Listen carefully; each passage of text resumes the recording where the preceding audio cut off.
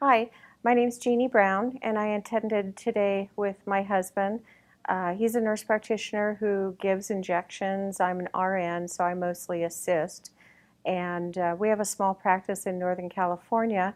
Daryl's been giving intra-articular injections with lidocaine and cortisones, but we recently wanted to include stem cell therapy, and we understand that it's one of those things that you want to be a lot more precise about where it goes in. And so this ultrasound guided class today taught us how to give those injections with more of a precise location.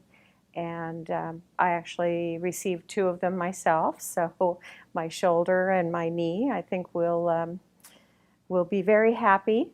I've had them before, but this time with the ultrasound guided, it's like I could actually see the diagnosis as to why I needed them, and I know that they're going to help me quite a bit. They already feel better, which I didn't expect to be able to say today. I was thinking, oh, the rest of my weekend is shot. I'm going to be just wanting to, not do much, but I feel like I can go out and enjoy Vegas now.